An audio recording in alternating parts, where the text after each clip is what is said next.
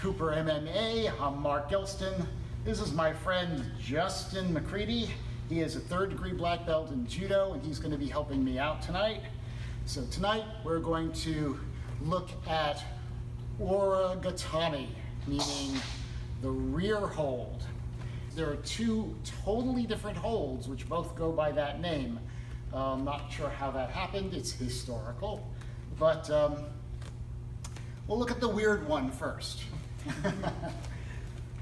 It's hard to imagine how to get into this hold.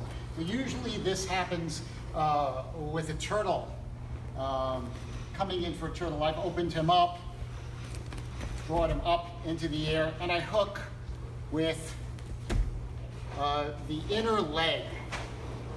Then I'm going to hook the inner arm. And from here, there are a number of ways I can roll or I can drag him back. But what I'm going to do is bring his head down, come forward, and here he is in Ura Gatame. Why don't you come around to the other side? And what I want to do to make it miserable for him is come here. If I really want to make it miserable, I'll flatten out and it becomes a bit of a neck crank. But it's quite difficult to get out of this hold. I'm going to lock my feet up, bring his arm back, and he's going to be here for as long as I want him to. All right, so that is a classic Ura Gatame. A very unpleasant position to be in. Some people the attempts to get out of it are basically shaking and kicking. There's no way that I know of to cleanly escape from that hold. The best idea is to not get in it if you can avoid it. All right, now the other Ura Gatame, the one which is much more practical and used a lot in judo and jiu-jitsu. My back is to him, that's why it's the rear hold. And I have this arm. I can get it above the elbow or at the wrist. I'm going to hold on. For classic judo, I hold on to the close leg, but you can also hold on to the far leg. And my personal favorite is grabbing the belt and coming around really high into his armpit. So this is a relaxed grip here. If I'm holding this really tight, he can yank his arm out. But if I'm loose and just sort of holding onto my gi, it's very, very difficult for him to escape with his arm. And I have a lot of control. This is an awkward, very difficult hold for him to escape from. I have to be careful that I want to make sure that I am leaning forward here. And to submit from this technique, I'm going to move on to my stomach. So I'm very tight in his armpit here. I'm wrapping him up. I'm bringing my elbow down to his body. And then, if this isn't enough, I will place my elbow in his solar plexus or sternum and push down and keep moving forward. And that makes it even more miserable.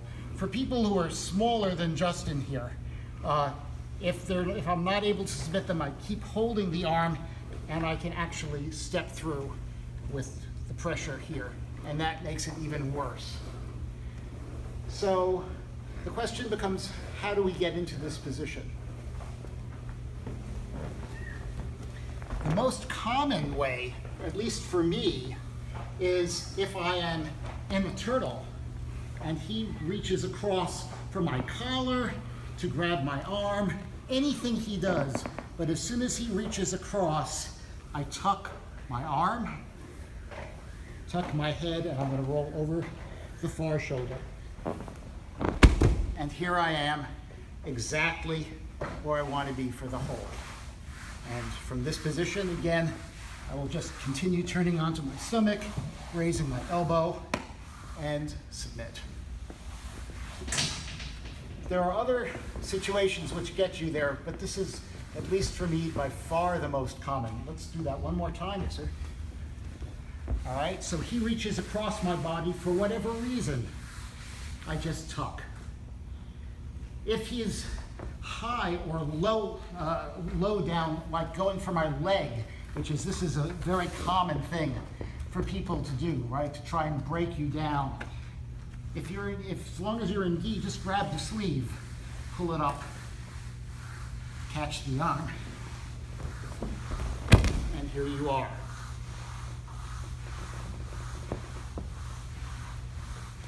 If you can get the elbow, so if he's really deep and I can catch his elbow, this is even better. Okay, once again, I'm coming in here. I'm not overly tight, but I'm bringing the elbow forward. I'm going to roll over that shoulder.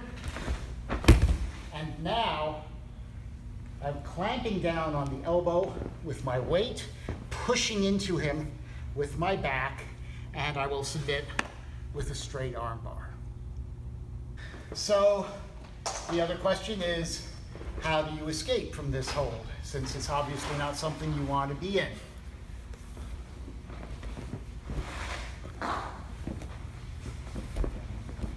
So here I am. Now the first thing is there's a bit of a race here.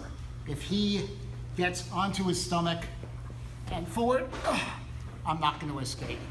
I have to establish the beginning of my escape before he turns and gets past basically the 90-degree point, or it's going to be too late.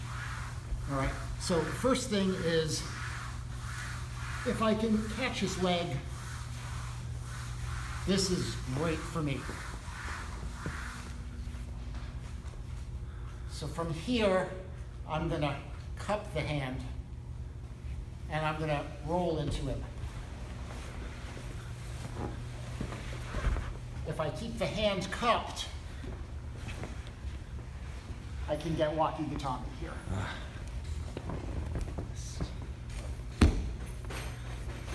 All right.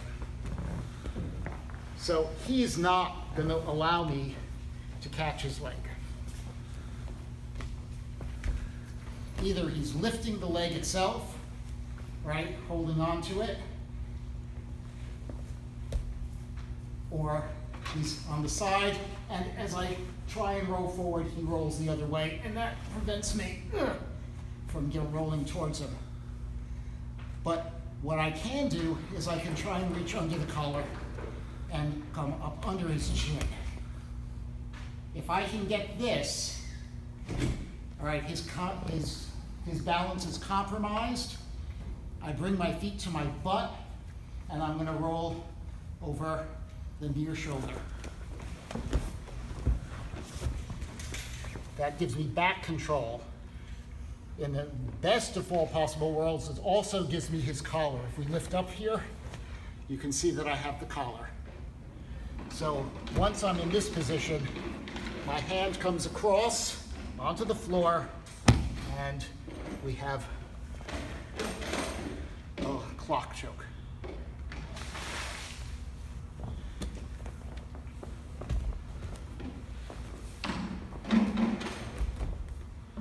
So once again, I want to try and create space. Come in under his chin, slide under, grab the far collar. My feet to my butt. I roll over the shoulder near him into a mount. All right. I can finish with the clock if at this point he balls up. So I no longer have the clock choke. What I do have is this arm. That is because he's defended the choke, that means that this arm is now vulnerable. Sorry, it's going to be up here, all right? So this arm up, grab my gi, bend it down, and Americana.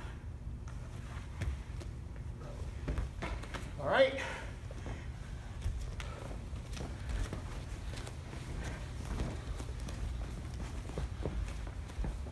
So some entries into Ura Gatame, some ideas for submitting, some ideas for escapes.